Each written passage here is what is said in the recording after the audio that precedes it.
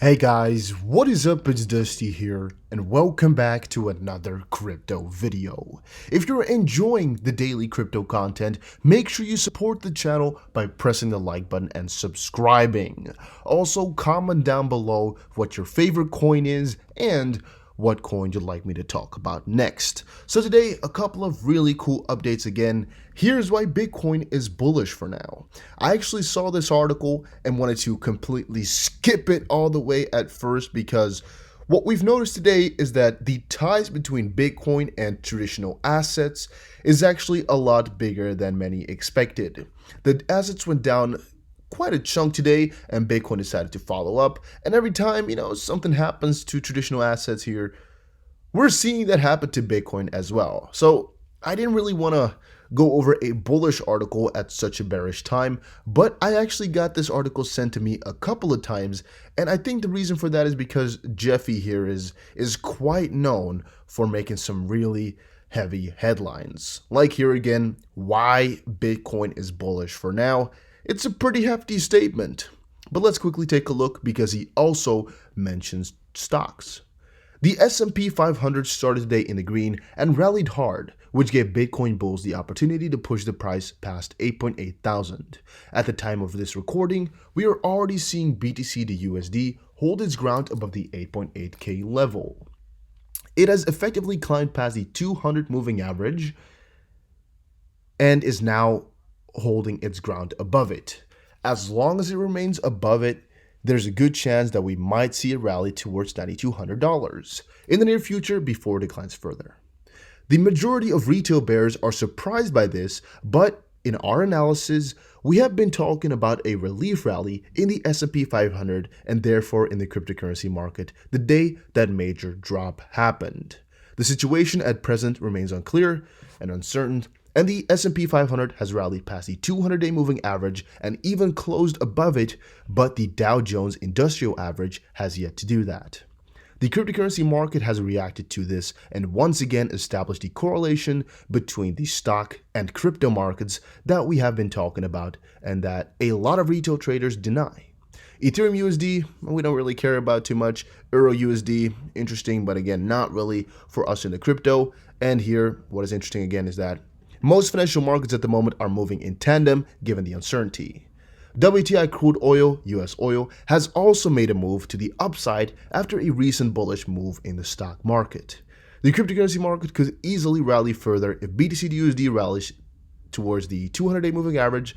However, it is very important to realize that all such events will most likely be short-lived, and the fate of Bitcoin and the other cryptos will depend on which way the stock, forex, and bond markets swing in the days and weekends ahead, or weeks. For now, as long as Bitcoin remains above the 200-day moving average, there is no reason to be bearish on the market just yet.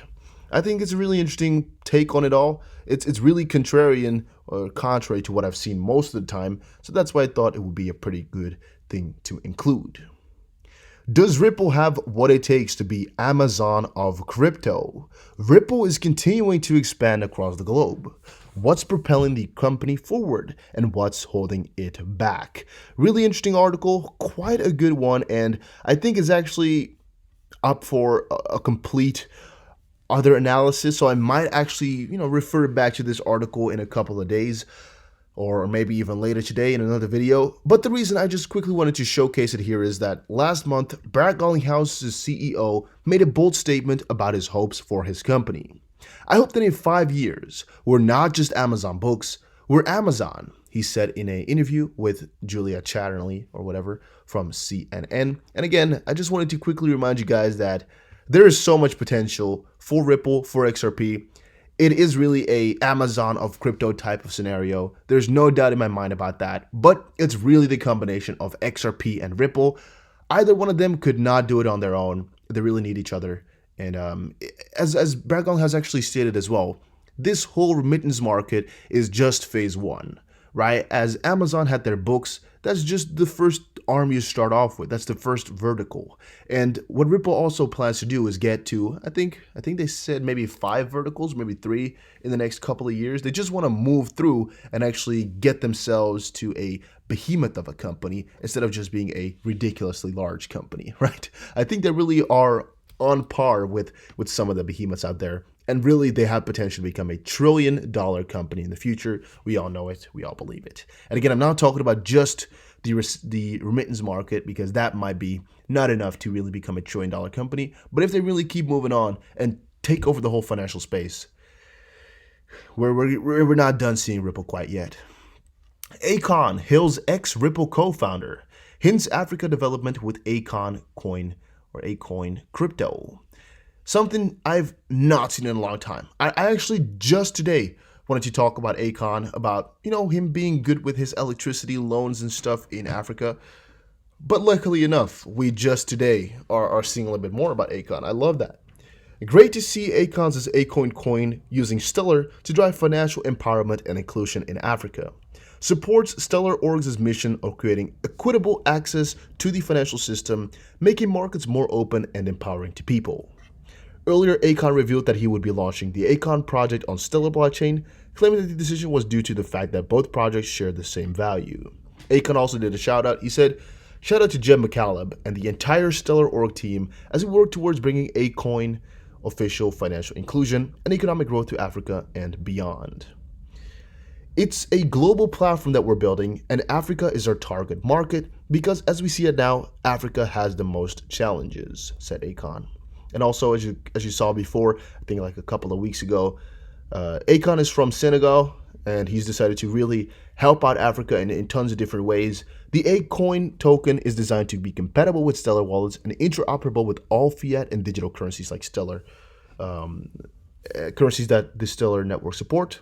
The Akon project is targeted at the unbanked populations across 54 African countries and other developing world countries. Akon Coin, it's very annoying. Akon Coin, how stupid, when launched, would allow people to spend crypto using their smartphones. And again, it's really amazing how he's working. I don't necessarily know why he would have not just adopted, for example, just Stellar itself. I don't know exactly what's so good about Akon, but maybe because I've never read up on them, I don't know too much about it, right? That's quite logical. What do the richest men in the world think of crypto and blockchain? For the past decade, we don't really need to read that actually. However, despite the overall enthusiasm and excitement around cryptos in the blockchain tech, blah, blah, blah, it's actually here they're just kind of saying that there's tons of different parties who have different opinions, blah, blah, blah, different opinions everybody has. For instance, some billionaires like Warren Buffett are known to be staunch Bitcoin critics, while others like Tim Draper are avid supporters. I think a lot of these guys like Tim Draper have so much money in it that it would really benefit them if the prices were to go up. So they have a good incentive to support it. Warren Buffett maybe is not as hungry for money. Maybe he does not like to promote Bitcoin or crypto that much, because I think one good word from Warren Buffett could really, really bump up the prices, right? And I'm actually talking about some really good seal. For example, right now, if Warren were to say, this company, good, right? And he put a thumbs up on there, I think he might just create a hell of a pump and dump. Because again, Warren Buffett is one of the best known investors ever to live.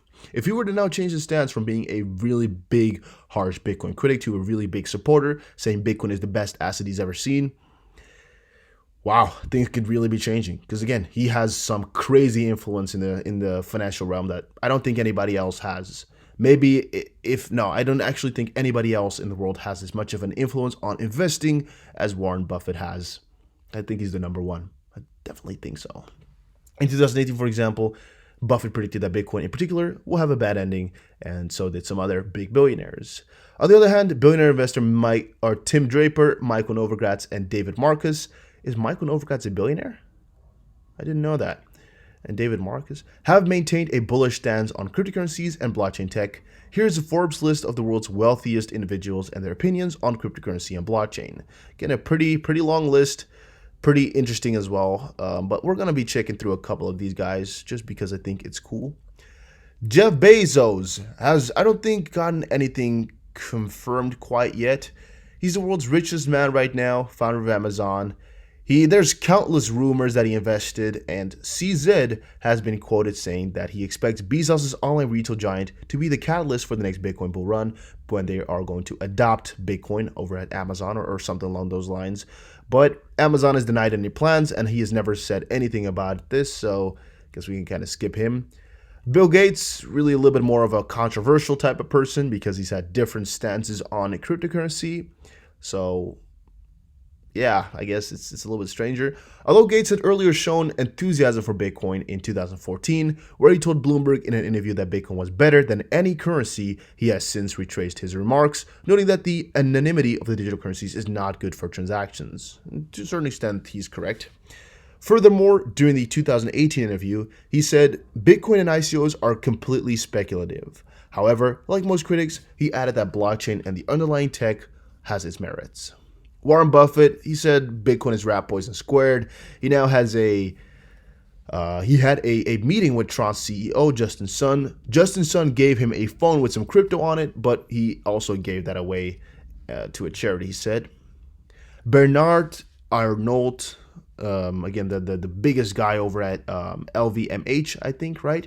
Louis Vuitton, Moet Hennessy, they own like tons of luxurious companies. I think like a freaking ton of them he owns. He has Christian Dior, Louis Vuitton, a ton of these liquor brands, a ton of luxury brands. You can just check him out. Although there are no official comments of Arnault about Bitcoin or blockchain, it shows that the billionaire has teamed up with Microsoft, Azure, and Consensus last year to develop a blockchain platform that will track products produced by LVMH. Maybe they're going to be working with VeChain? Maybe. Other blockchain and crypto-related reports about Arnault include one in which he rejected involvement in setting up a Belgian crypto trading company called ABC Belgique. Larry Ellison, the founder of Oracle, worth about $50 billion. He's one of the few billionaires that's actually been quite vocal. 2017, Ellison is quoted saying that blockchains are often thought of in the context of Bitcoin and other cryptos, but increasingly, companies outside of finance are using blockchain tech to replace long-held authentication practices in law, real estate, and shipping. Mark Zuckerberg. After Facebook's debacle, I guess Zuckerberg has been always quite interesting, but he has said in 2018, the technology powering Bitcoin could improve Facebook in the future or help it improve. And then here's actually, I guess, another couple of billionaires with their strong thoughts. I think I should have maybe done a whole separate video talking about all these persons, but I think these were the most interesting ones out of all of them. Mike Bloomberg said, cryptocurrencies have become an asset class worth hundreds of billions of dollars, yet regulatory oversight remains fragmented and undeveloped. He also added, for all the promise of the blockchain, Bitcoin, and initial coin offerings, there's also plenty of hype, fraud, and criminal activity. Well, I don't think it's only Bitcoin. I mean, this can be going on anywhere, but yes, he does have a point. He does have a point to it all. And then people with a really strong opinion, Ray Dalio, the founder of Bridgewater Associates, says, we're in a spot in monetary policy where you can no longer stimulate the same way you did before. In Dalio's opinion, there are two purposes of money, a medium of exchange and a storehold of wealth. And Bitcoin is not effective in either of those cases. Elon Musk, this sort of gets the crypto people angry, but there are transactions that are not within the balance of the law. Crypto as an effective replacement for cash is what he did see. And also he just posted a funny tweet on Twitter saying that Dogecoin is the best coin. Jack Ma, there were a couple of speculations before about him wanting to work with crypto and whatnot, but he does support blockchain a lot. I know that for a fact. Mike Novogratz, and I mean, Mike Novogratz has been all around the world just saying different things, so I guess we're going to skip him. Tim Draper, let's see what he says. Bitcoin hitting $250,000 by 2022, and then maybe even doubled that later on, saying 400,000 and whatnot. Winklevoss twins, you can kind of already guess they're really positive on crypto because they have their own exchange.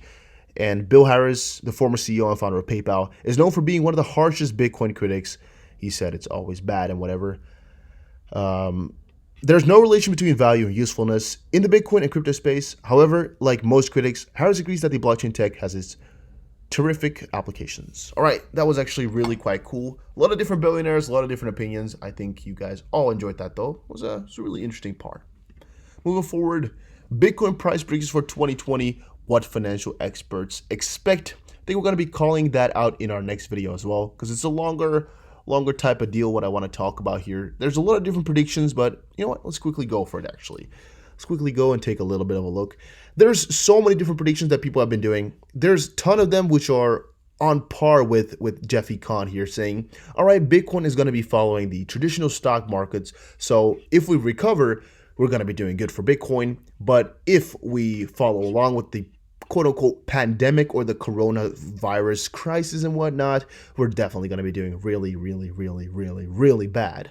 And since I've really been reading up a lot about that, I've also noticed now that really reading through these has no significant use, as there's so many different price predictions, so many different thoughts.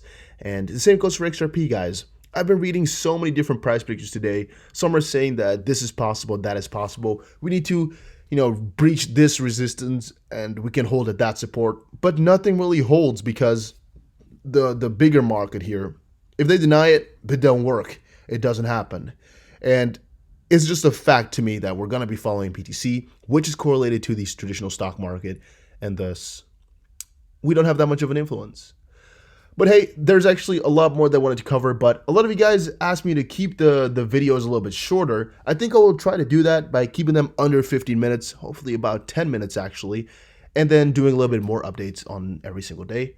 Just let me know how you guys like it. Should I do longer and slower talking and more content in one, or more content and even just faster summaries, or what? Let me know in the comment section, and I'll see you guys again in another crypto video. Take care, everybody, and have a very, very nice day.